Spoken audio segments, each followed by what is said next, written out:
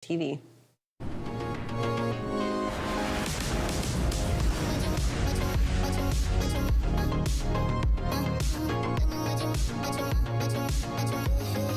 Hey everybody, happy Thursday afternoon and welcome into today's edition of Business Air TV. I'm your host, Kaylee Nix, here with Flying Media Group's COO, Preston Holland. Hey Kaylee, it's good to be here with you. We've got a good show on the way, as always, for your Thursday. We're going to be exploring a new SaaS solutions for empty flight legs. We also talk about how new regulations in Europe might affect the way that short flights are able to operate. I'm going to talk about current market conditions for turboprop and jet sales in Q4. But first, our business editor, Michael Wilds, is here to break down our top story of the day. Exciting news coming out of United as they're looking to purchase really a handful of aircraft from Boeing. Yeah, there's a big announcement this week, and it has been getting a lot of news. So we have Michael here to help us break it down. Well, earlier this week on Tuesday, United Airlines placed an order for up to 200 new airplanes to modernize their fleet. So they purchased a firm order for 100 787 Dreamliners, and there's an option to purchase 100 more. This is the largest order ever placed by a U.S. commercial carrier for wide bodies. And so they expect to begin deliveries between 2024 and 2032. At the same time, they also exercised some options for 44 737 MAX aircraft and 56 more MAX aircraft. And deliveries for that will begin in 2024 as well. So this is really interesting coming from United, as we're still continuing to see this kind of slow uptick in passenger travel following that COVID-19 pandemic, right? Obviously, we knew passenger travel was basically decimated during the pandemic, and we're starting to see this ramp back up to pre-pandemic levels. What does United really have to put at stake with ordering this many aircraft? And are they looking at now retiring some of their aging fleet to accommodate for that? Yeah, so they will be retiring some of their 767s and some of their 777s. In fact, by 2032, when the order deliveries are completed, all their 767s will be gone from their fleet. But for United, the CEO said it's a bet on just travel overall. So there is, in the summer, we saw really strong demand. Passengers really wanted to get back out. It started to slow down a little bit as things start to normalize. And so, Michael, going forward with other passenger carriers out there, obviously they're going to see this and be like, man, maybe we should start looking at modernizing our fleet a little bit as well. Any indication on how competing airlines might start to put plans into place for new orders to kind of level up? Yeah, well, you've definitely seen other airlines taken steps to modernize their fleet. So American Airlines also made a commitment to purchase more Boeing fleet aircraft earlier this year. And I believe Delta at the Farnborough Air Show earlier this summer also made, purchased 100 Maxes from Boeing. So airlines across the board are definitely trying to modernize their fleet. In terms of sustainability, modernizing your fleet is one of the ways to reduce carbon emissions. And so either way, you will see airlines take steps to bring on new platforms in the very near future. So, Michael, with that going forward, these planes that are now retired out of their fleet, what do they end up doing with those? Are they moved into the cargo rotation so that you see them being retrofitted to take out their passenger setup and fit it for cargo, or are they just kind of retired completely? So some of these airplanes go to, they have an airline graveyard where they can be recycled. But as you said, they tend to have a second life in the cargo sector or overseas. A lot of overseas carriers actually purchase really old airplanes. Airplanes are able to hold their value for a long lifetime. And so you will see some of these platforms repurpose and other airlines and other cargo carriers overseas and just here in the States. And so obviously with this purchase, there's a long delivery timeline that we're looking at happening for the deliveries to actually happen and them to take possession. How is this going to be affected by continued supply chain shortages? And of course, we've talked about there's a shortage of laborers as well in the aviation sector right now. Are they looking at possibly having to extend those delivery timelines just depending on how well things can get done and how quickly things can get done from a labor and a parts perspective? Yeah, absolutely. Boeing already has like a strong backlog, and United, they already the way the order delivery program was set up, it's going to start in 2024, and then it's going to end in 2032. So it's an 8-year process to get all these airplanes to United. And so overall, United is taking delivery of up to about 700 jets, which is probably the largest airline order ever. And the way the deliveries will happen is, United will take 2 deliveries each week in 2023, and then in 2024, they'll ramp up to 3 per week. So all of that will definitely be contingent on the labor force at Boeing and its suppliers to be able to complete deliveries and get these airplanes to their customers. So, Michael, walk us through what's happening at both United and at Boeing. How are the markets responding to this news? All right, so that's a great question. So for United, pre-announcement, their stock was, at $45. Following the news, it started to trade down. The reason that happened was, broadly in the market, there's just continued inflation concerns. At the same time, when United published its report, the U.S. Bureau of Labor, they also published their CPI report that showed that there was inflation was climbing at a slower rate than they expected, and at the same time, ticket fares, fell by like 3%. So there is some concern that there's just slowing demand in the market, and while we saw airlines raking record profits earlier this year, a lot of that was due to the Ukraine crisis that caused fuel prices to surge. And so even though airlines weren't back at their pre-pandemic capacity, they were able to turn huge profits. And so the market is probably looking at just things getting back to normal. And so for that, there was a sell-off with the United stock. In fact, today it's down 15.5%. But the CEO did bet on travel, and I think travel will stay. So I think they'll be able to grow into it. For Boeing, this is good news. They've had a really troubled set of years since the 737 MAX crash in 2019, and they also their stock traded sideways. Pre announcement it was at 190, and today it's at 182. So it's down a little bit, 4%. But overall, it's a good sign for Boeing that things are sort of returning to normal. It's a vote of confidence for the 737 MAX and the 787, which were 2 aircraft that just had troubles over the last few years. So it seems like United is making a big bet on wide-bodied aircraft and not necessarily looking for the smaller, more efficient aircraft. Do you think that other airlines will follow suit in placing big orders? Absolutely. I think for a long time, transatlantic travel, at least since the pandemic, really suffered because different countries had different border rules, and we're seeing people now get back into the groove of wanting to travel overseas again. And just change in work from home policies or work from anywhere policies, people now have the ability to work from anywhere. And so I think, over the next few years, you'll see just that demand continue to rise. How does this help United with some of their sustainability goals and aviation as a whole? As we look at this topic of sustainable aviation, how does this order tie in for United looking forward to reach those goals?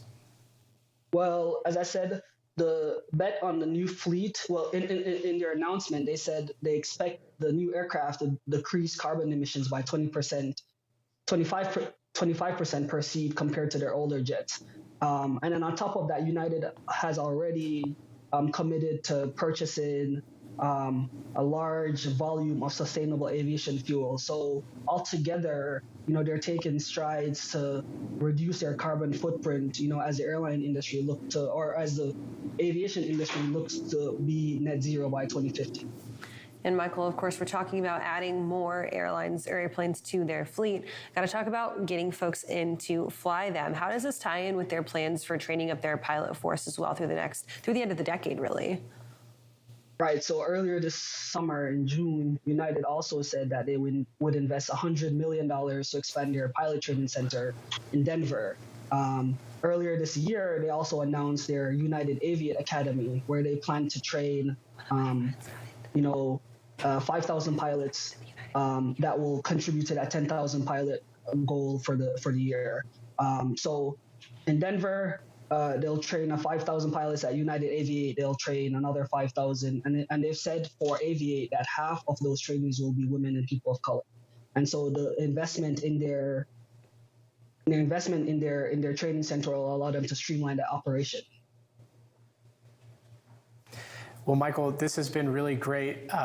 Remind everybody where they can find more information from you, stay connected with you going forward. So you can follow me on Twitter, Captain Wiles, or just Captain Wiles, and then you keep up with me at flymag.com. Awesome, Michael. Thanks so much for being with us. All right, thank you. All right, and of course, we'll have him back next week for another edition of Business Air TV. Going to move into our first market cap of the market recap today. That is, we're going to talk a little bit about forward fit avionics, sales hitting the highest record, Q3 highest on record. Yeah, so this is really exciting news. We've talked a lot about aircraft deliveries, and this ties directly into that. You have a used market that aircraft owners are holding on to and considering to actually reinvest into that aircraft fleet. So in the retrofit avionics sector, but also in the new avionics sector. So a little bit about this report, just some quick numbers. $2.08 billion in forward and retrofit sales for the first 9 months of 2022. So mind you, that's not an entire year, that's only 3/4 of a year. And you're looking at an increase of 23.2%. That is significant. I think we talk about this supply chain problems that we've been experiencing over the past few years. This is indicating a little bit that we might be catching up. So there was a huge demand and not enough supply. Now supply is coming back online. That demand stays robust and stays strong. So this report is indicating that. I think as we look forward, we'll likely get the Q4 numbers sometime middle to end of Q1 for the year-round numbers. I think that we're going to continue to see that trend up.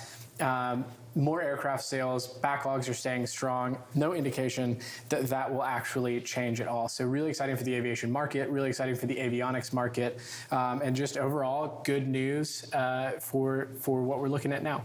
So is this good news for folks who have maybe been holding on to an older aircraft, maybe looking to make some minute tweaks here and there? Yeah, I think one of the things that we have to consider is, the law of supply and demand, talking about its effect on pricing power. As we look at the demand that was there, it elevated these prices and maybe made people consider yes or no, maybe I should, maybe I shouldn't make this purchase. Then, here we are, supply's back on track, pricing parity. They have to build in a lot of that supply chain increased costs that they have, so they have to recoup some of that. But containers are coming back down, price of fuel's coming back down. There's a lot of things that are actually indicating that prices will stabilize a little bit in the future. And as we look at the secondary market, we're going to look at that a little bit later. Today, we'll see the same effects of supply and demand, see what the market's looking like. All right, Preston, thanks for that. We will recap this market update later on in the show as well. Right now, we're going to go ahead and take a quick break. When we come back, we will have a look at our other top stories on flymag.com. We'll have our first live guest of the afternoon. Leviate Air Group is pleased to bring to market this 2017 Bombardier Challenger 650. With a very low-time airframe meticulously maintained by one U.S. Fortune 50 owner, this aircraft boasts the qualities and freshness of a brand new jet. This Challenger delivers the widest cabin, stand-up headroom, and the highest comfort level available in its class. This pristine and turnkey Challenger will provide immense versatility no matter your mission. Now, sit back and relax as we present to you this stunning Challenger 650.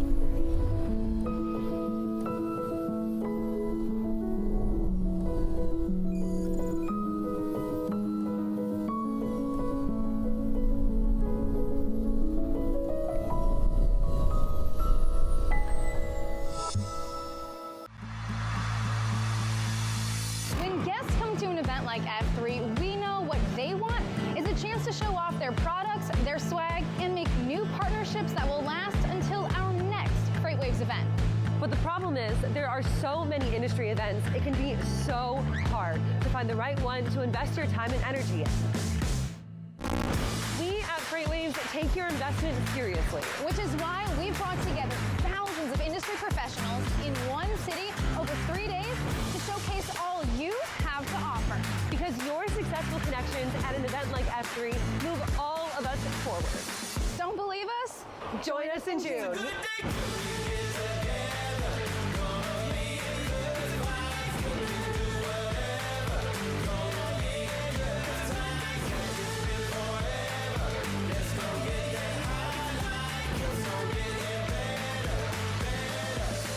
It's a good day coming.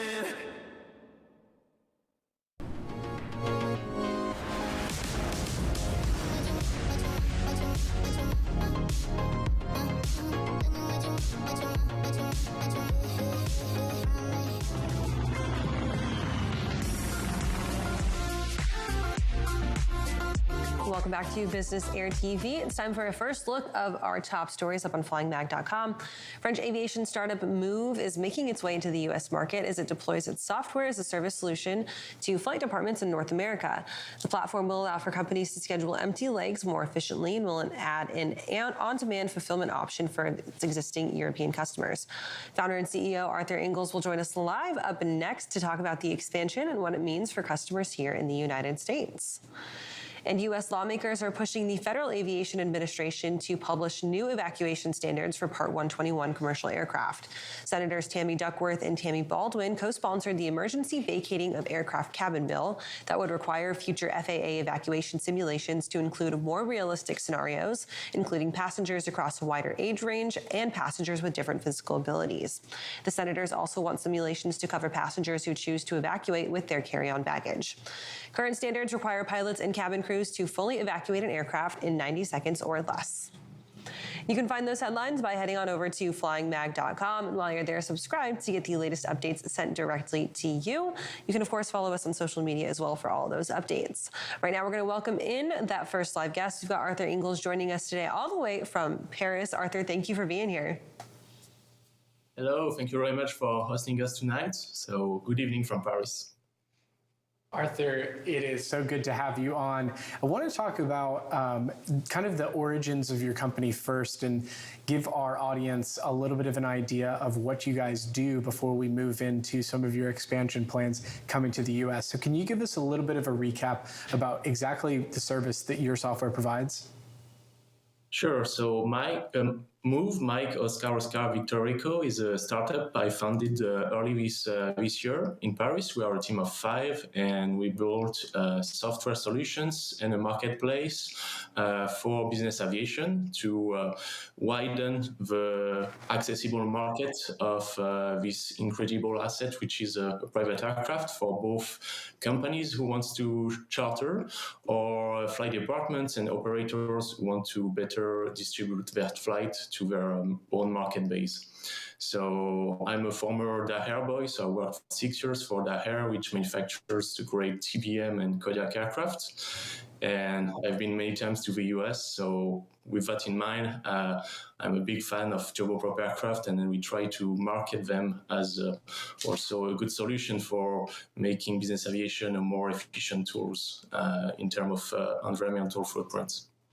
So give us a market outlook right now for the turboprop landscape. Obviously, Europe has a smaller land mass than North America does. So give us a little bit of an idea of, for those of our audience that are strictly in America, give us an idea of the turboprop landscape in Europe right now.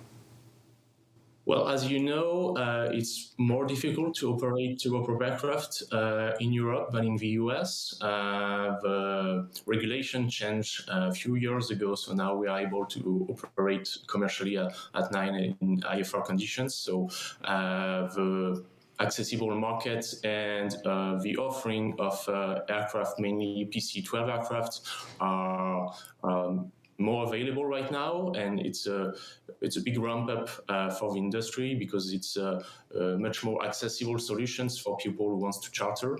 So, well, it's getting bigger in Europe, but as you know, US is the main driver of business aviation, and that's why we are looking at the US as the next market for our young startup.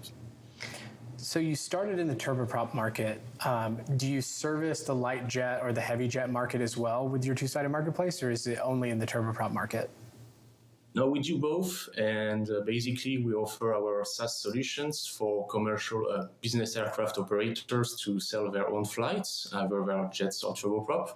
Our technology is mainly different from other solutions because we were looking at the customer first, and we see that in Europe, people don't even know there's a general aviation airport nearby. So we built real-time benchmarking technologies compared to commercial aviation, train or cars to highlight the time and productivity savings you can get out of flying private.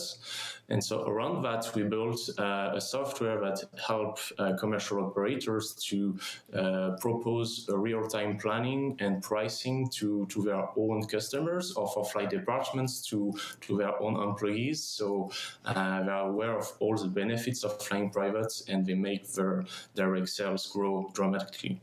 So what are some of the inputs that you have? Obviously, you deal with a lot of data. You've got demand side. You have what type of supplied aircraft are in the market. What are some of the different data points that you look for that makes your software a little bit smarter than some of the other solutions that are out there?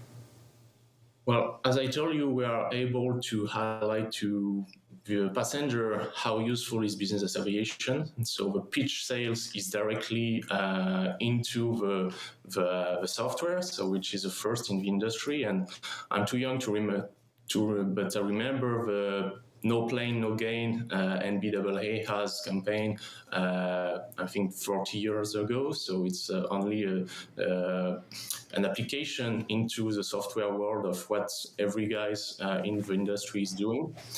And also we are able to highlight some smart leg finders. So basically, it's a big topic in the industry. 30 to 40% of the flights are empty, and it's a big carbon efficiency lever for us. And we brought some smart rerouting algorithms because basically your end customers mostly don't want to fly exactly the same path of your one-way you are offering. So with the smart UX experience, people can search through your portal on Moove and have the one-way passing nearby being recalculated with a new price. So you are able to sell your empty leg to your end customers directly with much more chances to sell it because it's not only between two fixed airports. So for those European founders out there that are looking to follow in your footsteps, taking a solution from Europe and bringing it to the United States, what are some of the challenges that you foresee or that you've seen so far as you're trying to penetrate that other market? Well, we see challenges, but also opportunities because this market is much more mature. Business aviation, the country is more seen as a professional tool, and that's something that is lacking in Europe, which is more happy few, luxurious lifestyle, which is making more difficult sometimes to highlight business aviation. So I think as it's mature, you have more competition, but also a much larger market and more open mind to the fact that business aviation is great for communities that are remote and that needs those small aircraft to fly there and bring executives and operators team to go there.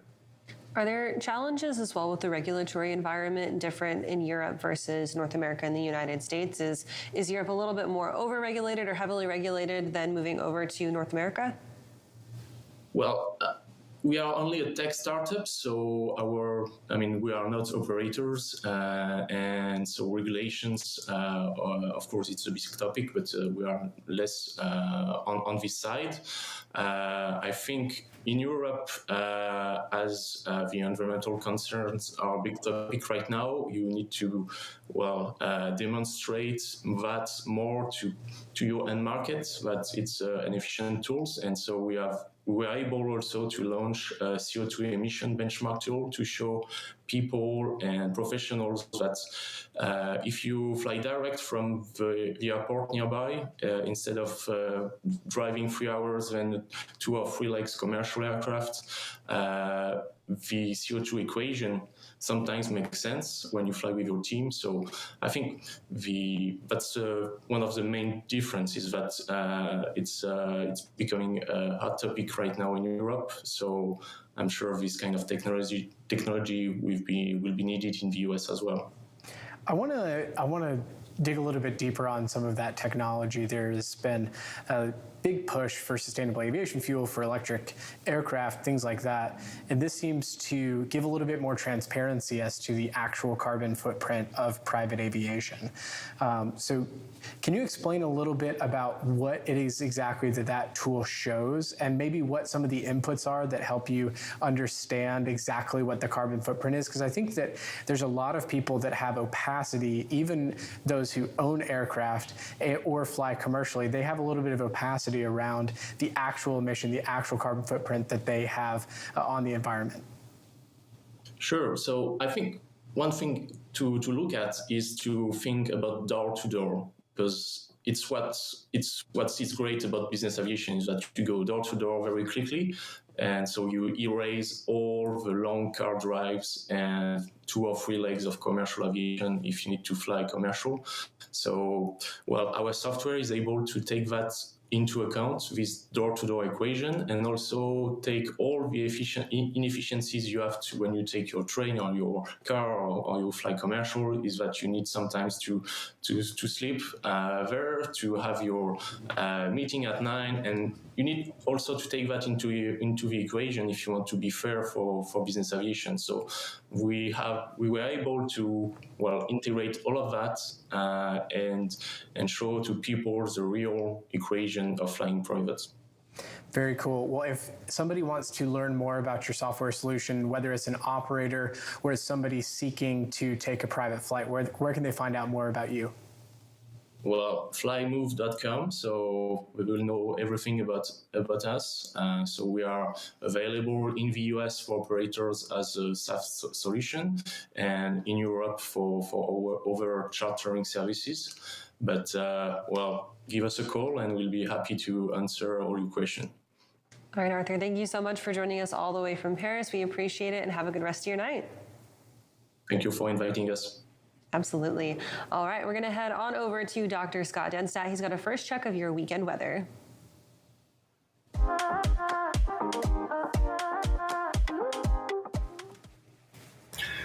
Hey, thanks, Kaylee.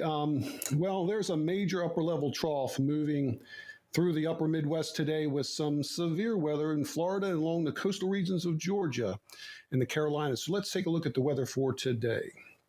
So there's our upper level low, very massive, covering most of the kind of eastern, let's say 2/3 of the U.S. And a little bit of disturbances here that's creating some hazards in terms of thunderstorms in the southeast. So let's take a look.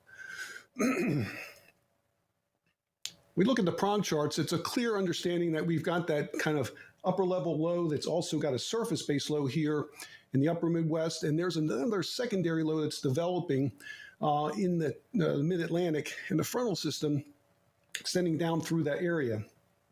And that's going to generate a fairly significant weather event coming up for this weekend. And let's take a look at the convective outlooks. Currently, there's a possibility of slight risk of severe thunderstorms right down here in Florida and along the coastal regions of Carolina. Again, that's an extension of that major upper level trough. And the possibility of this weather occurring in Florida today, right now, this is the NEXRAD composite reflectivity image. You can see there's that line of severe thunderstorms right there, and even a severe thunderstorm warning occurring just near Tampa Bay in that region. And that's all kind of expected to kind of drift further south with time, while this next weather system kind of heats up and becomes more of a problem for the weekend as we get an area of low pressure that's going to move up along the coast into a nor'easter. And if we kind of look at the overall depiction of the current aviation hazards in terms of segments, we do have a segment for severe turbulence from 35,000 up to 45,000 feet. So if you're flying through the area, it's going to be some rough air for later this afternoon, as well as the possibility of convection, again, occurring above flight level 450 in Florida for this afternoon with some of that severe thunderstorms. And here's the forecast radar, so you can see the progression of this over the next period of time into this afternoon and evening. So you can see all those kind of thunderstorms, that line of convection that's expected to push further south, and eventually it will dissipate when it gets to southern Florida. But the main attraction for the next couple of days will be the remnants of that upper level low. It's going to continue to persist, but it's going to develop another coastal low that will produce some of the more significant weather for this weekend. And just a quick look at the wind gusts. So overall, there you can see the upper low, or the surface low that's occurring here, and some pretty strong wind gusts behind that in the 40 to 50 knot range, and as well as over the Great Lakes region. A little later in the show, I'll be looking at that nor'easter, and we'll take a look at that when we come back. So back to you in the studio.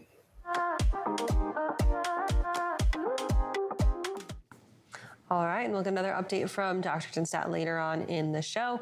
We're gonna go ahead and take a quick break. When we come back, we'll have today's social media segment, as well as our next live guest, so don't go away.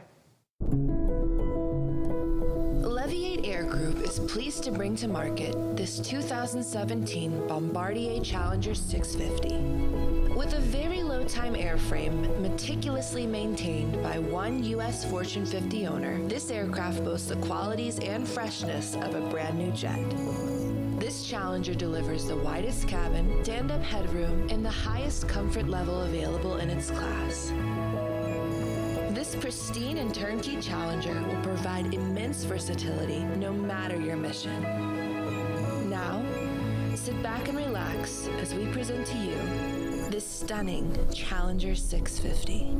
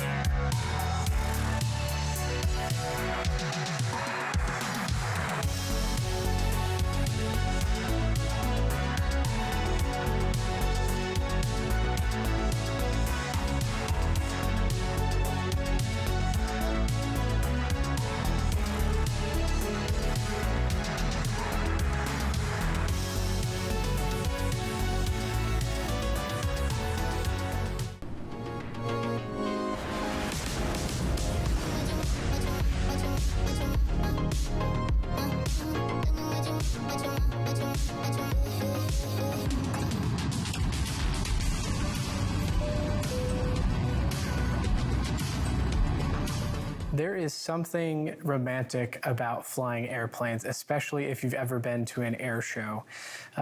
Yesterday, there was a drop on social media, and this video, you just have to take a look.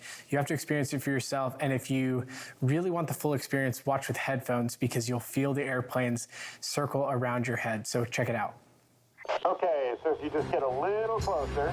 I think this is as close as I want to get. Okay, let it rip. Dear pilots, I've been watching you and admiring you for my entire life. Oh, there's Eric Tucker, there's Mike Tyson. Your unwavering confidence, your bright spirits, your love for freedom. I think it's the greatest gift life can give.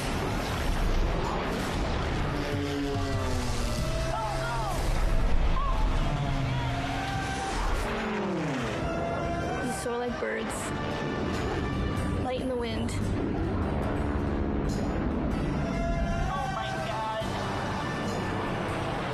You're something I've always aspired to be. And as I walk through my own life, I often think about how you've made me a better human. I remember why it's important to follow your dreams, to share this feeling with others, to keep going.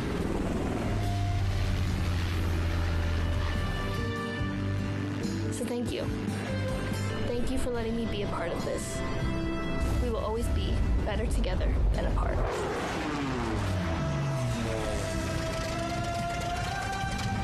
Did he just turn his engine off?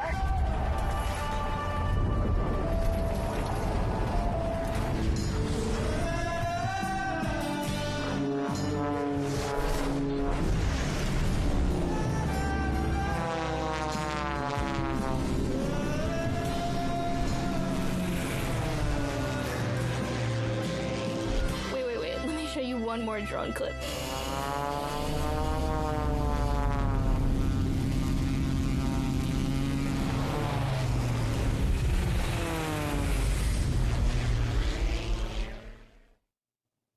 That is Nico Films, who shared that on Instagram along with a laundry list of people. You can check that out. We have it shared on the Flying Magazine story right now at Flying Magazine on Instagram, on Twitter, on Facebook. It is a really cool video. I think that's probably the 10th time that I've watched it. And I think I have yet to figure out what my favorite part of the video is. I think the part that was really impressive is the soundscape to it. Yeah. It feels like you're flying in that first-person drone, and it is just absolutely awesome. So, Does it make you want to be a stunt pilot? you know, I'm going to be honest. I'm not sure if it takes me that far. I like to fly straight and level And safe? and they are very safe. The aerobatic performers are professionals. They're amazing. And a lot of them do it for free. Yeah. So they are volunteers just because they love aviation and It's so love cool. inspiring people. So very cool there. Lots of different beautiful aircraft there. So really exciting. Check it out on Instagram, on YouTube. You won't regret it. Watch it again, and then watch it again, and then put on headphones and watch it again. And then It's really go sign up for flying lessons because it'll make you want to fly. Exactly. All right, Preston, time to work in. Welcome in our next live guest of the afternoon. We've got Austin Bass joining us, who is market research manager over at Ogara Jets. And Austin, thank you for being here and for taking the time to come on Business Air TV to talk a little bit about what Q4 is shaping up for the market. Yeah, of course. Happy to be here. Austin, I want to start with what you're seeing is on the market right now. A couple of weeks ago, we had Michael Barber on, who was talking about some of the different aircraft that are staying on the market for a little bit longer than they did earlier this year. It seems to be that there is a certain segment of the heavy jet class that is staying on the market. Wanted to see if that's still the case. We're right in that window of wrapping up, finalizing aircraft purchases so that they can get pre-buy inspections done and fly that first flight before the end of the year. Wanted to get your first person take. You're on the ground, you see what's happening. What's on the market right now? Yeah, so across the board, we're seeing supply kind of rise a little bit. As is typical Q4 fashion, we see supply start to level off and then fall towards the end. So to your point, the heavier stuff, the 550s, the globals, they saw supply build. We're really starting to see them come off the market a little bit now. But it is a little unusual in that space to see supply build to this point in the year, where it typically starts to fall off as they have a strong Q4. The segments we're really seeing that are a little bit of concern are the kind of the older vintage and the higher time aircraft. So when you're looking at the 20-year older aircraft and then the higher time aircraft as well, you're seeing fleet percentage for sales around 5 to 7%, where the rest of the market's average is around 4.5%. So those are kind of the markets we're looking at right now as the biggest concerns. So with 5 to 7% being above kind of the rest, what are some of the causes for that? Are people thinking that they can't get them repaired, can't get overhauls, or overhauls becoming more expensive? What's some of the drivers for causing that supply being online for a little bit longer? Yeah, that's a great question. It's a multiple, I guess, a series of issues. What we really saw was pre-pandemic. This is kind of typical where I don't want to call them the less desirable, but really the older and higher time aircraft really were out there for longer and typically were a larger percentage of the fleet that were available. What we're seeing now is as the market kind of normalized from the pandemic time, so 20 to 21, it really was across the board, the markets came down. So there wasn't a distinguishable difference between your basically new to 15-year-old aircraft to really those 20 and 20 plus year old aircraft and higher time aircraft as a whole. So what we're looking at there is they're kind of starting to rebound. And that's kind of the turning point that we're looking for next year. Especially rolling through the first and second quarter, is those are going to be the leading indicators for the rest of the market in terms of their health. So to your point, there's a lot of factors in that, whether it be they can't get parts, pre-buy slots. They're really the aircraft that appreciated the most in terms of percentage basis. So there's a lot of factors that go into it, but you can't really nail it down to one thing. So Austin, as we move out of 2022 and into 2023, obviously a lot of folks are genuinely concerned about the greater macroeconomic environment right now. When we're looking at how that coincides with your aircraft sale market, what are you guys seeing? Is there any type of hesitancy as we start to inch closer and closer to a true consumer recession? Yeah, so it's kind of a bag of mixed emotions in the market. From our perspective, we don't think there's going to be an imminent reset. We do believe values are inflated and they're higher than they will be in the coming years.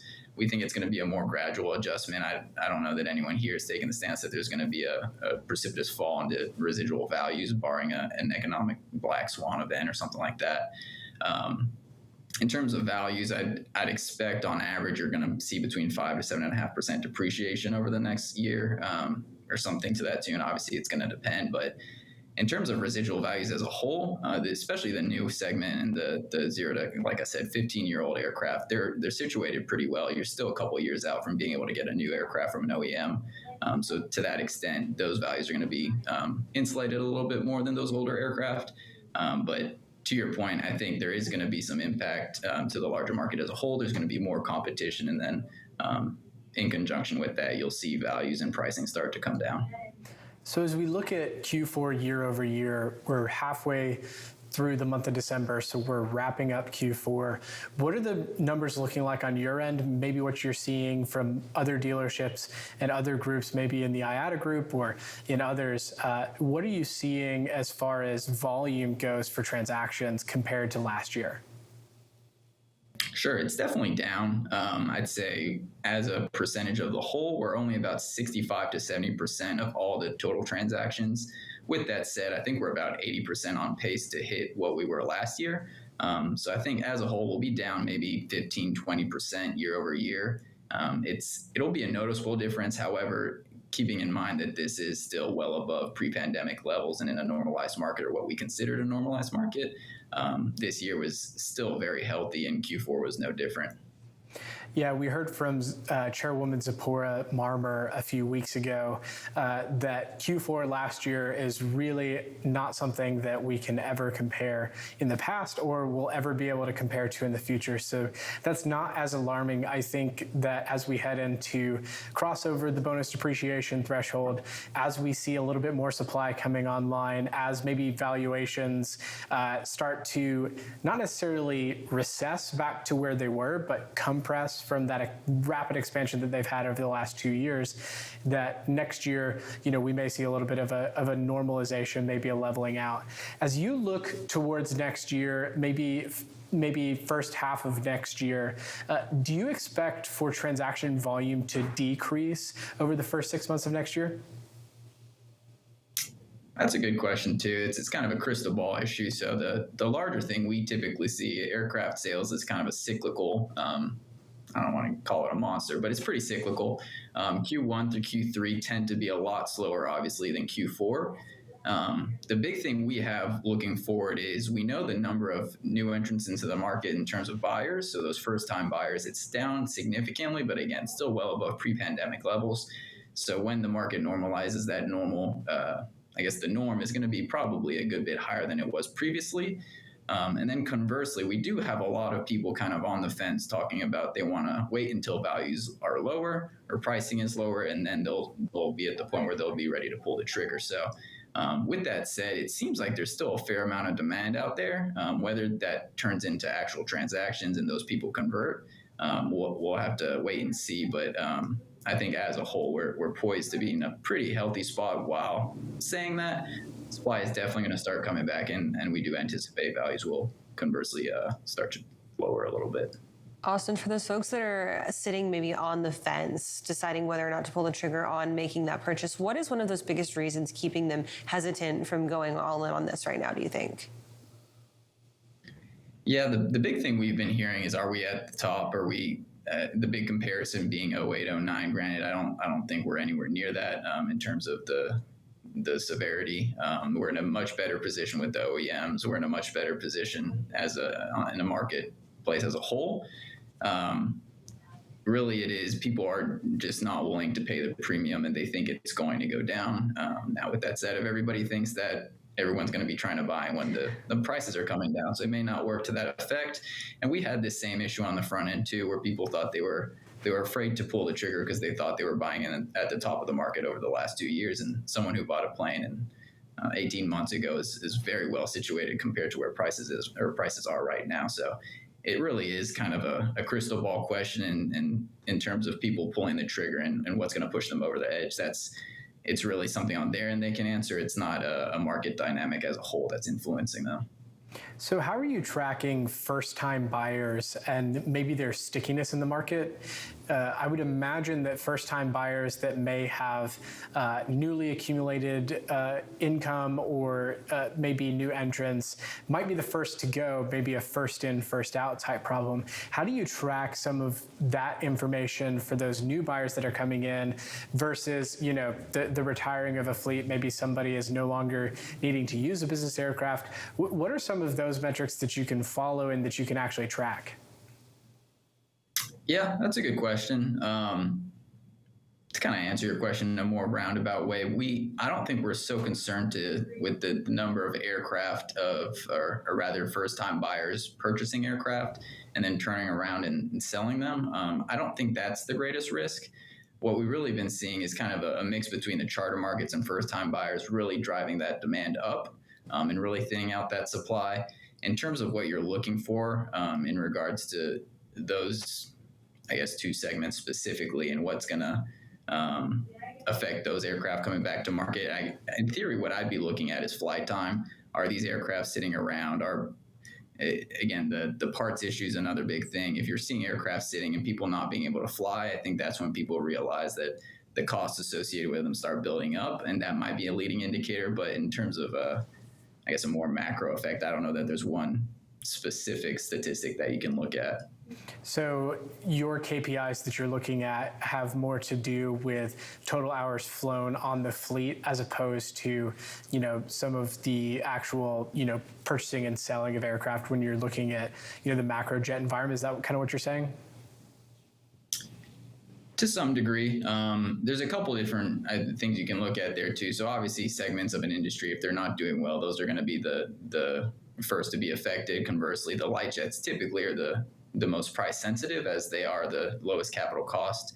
And then again, your older vintage. So really, if you have an owner operator or somebody who's not using their aircraft Granted, if they are just someone who likes to have an aircraft on hand and they may not fly it that often, that may not be a big deal. But if you have somebody has an aircraft and it's not sitting, or they don't have the money to put into it, those are the segments we're really going to be looking at. So it may be the total flight hours.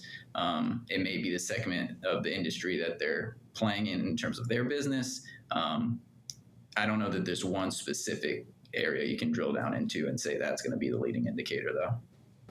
All right, Austin. Well, thank you so much for joining us today. It's great to have you on the show. And if people want to reach out to you guys and learn a little bit more about what's going on in the market, where can they go to do that?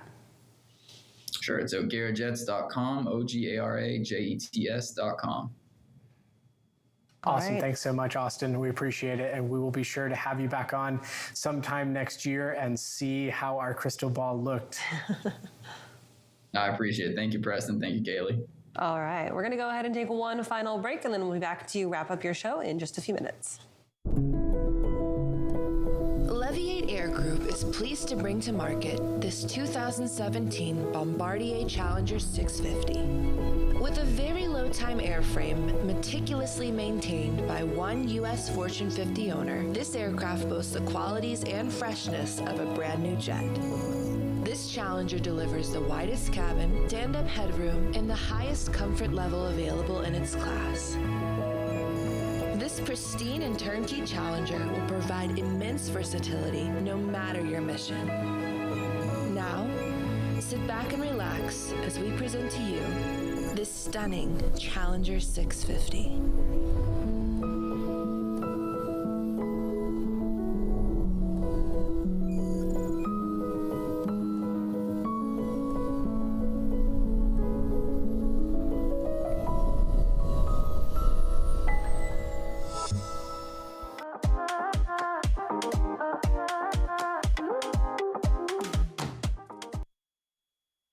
And this is Dr. Scott Denstead back with you. And earlier in the show, I showed an expansive upper-level trough meandering through the Great Lakes and upper Midwest with an upper-level disturbance that's actually expected to swing around the backside of this. And that's going to help and aid in the development of a nor'easter that's going to develop along the mid-Atlantic coast and move up the coast for the day on Friday and into Saturday. So let's take a closer look at that.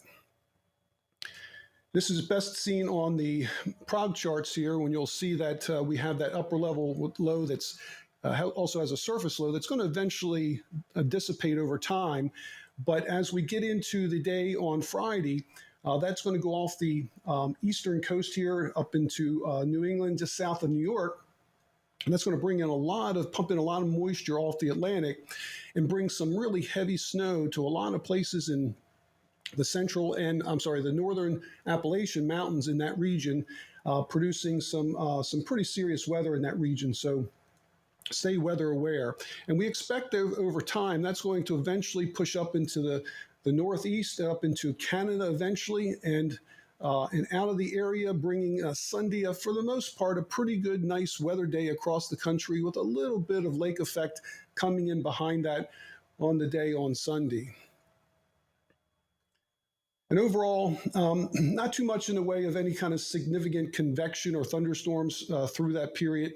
We can look at what's happening here with the day on Friday. Overall, just a little bit of thunderstorms here in southern Florida, and that will stay the same way here on the day on Saturday. So not too bad of a weather period as we get into Sunday, where we'll see that kind of break out into better weather overall.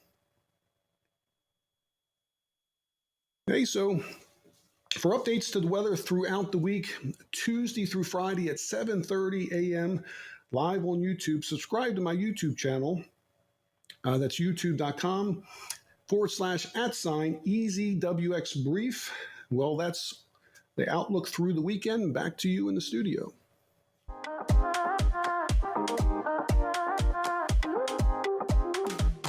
All right, Dr. Scott, thank you for that one. Great to have you on as always. We'll catch up with him next week. Preston, we're going to recap our market segment really quickly before we end the show, talking about a pretty big pickup in sales for avionics for the third quarter.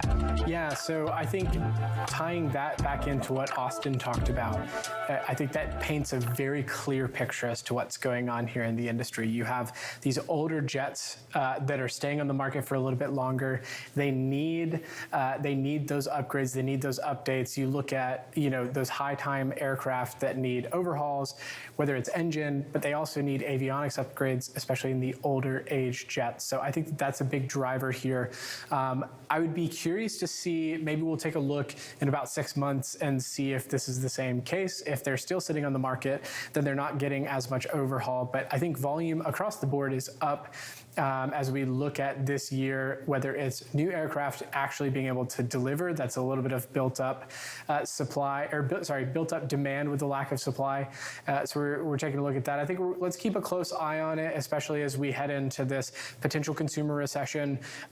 You think about on the lower end of the market, you think about your $5,000 to $30,000 range of an avionics upgrade, right? In these heavier jets, you've got it's a much higher price point when you talk about all the components that need to be adjusted. So I think let's take a look and see if consumer sentiment changes as we watch and see what the Fed does, if they're going to continue to raise interest rates. That also makes financing harder, right? So we've kind of had a really great environment for avionics upgrades over the first 3 quarters of this year. Starting in June, we started seeing those interest rates creep up, which in turn drives credit cycles, and now cash is actually more valuable. Yeah. So I think that let's take a look and see what happens first half of next year.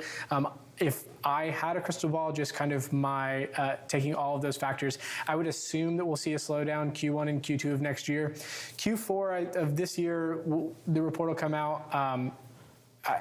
I think the verdict's still out. I think that aviation it might be a little bit slower to catch on to some of those macroeconomic conditions, but markets are telling us that it might not be all roses from here on out. So we will see.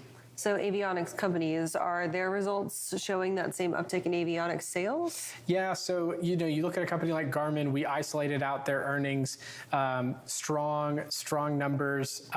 Again, it's that supply chain question. The demand has always been there, it's the supply has not come online. And so when we look at that report, if we isolate down and see compared on a rolling average, yes, it is an increase, but I think that has less to do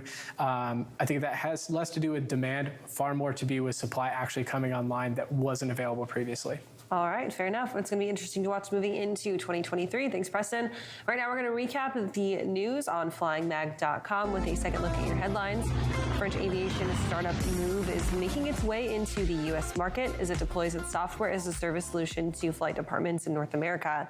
The platform will allow for companies to schedule empty legs more efficiently. Will add an on-demand fulfillment option for existing European customers. We spoke with founder and CEO Arthur Ingles earlier in the show today about the benefits of the expansion as well as what's next for Moove. You can find the replay of that clip up online at flyingmag.com. United States lawmakers are pushing the Federal Aviation Administration to publish new evacuation standards for Part 121 commercial aircraft.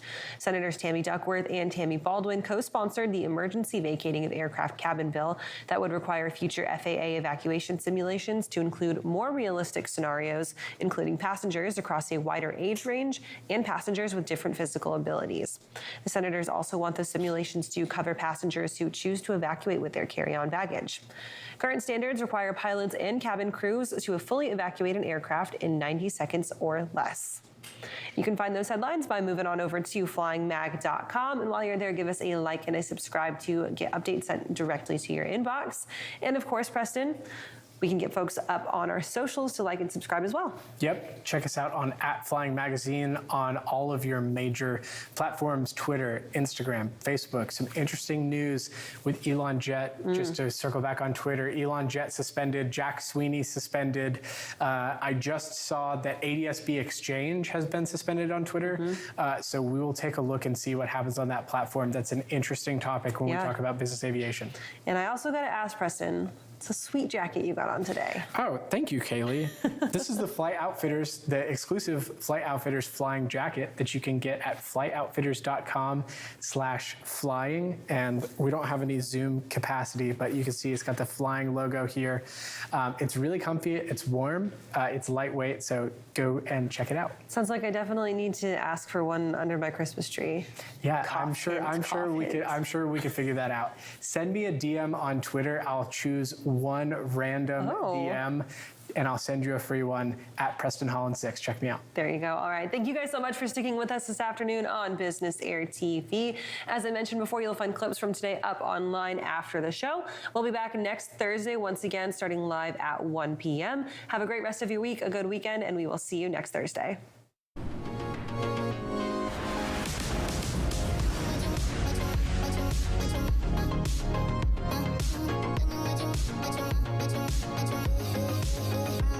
What you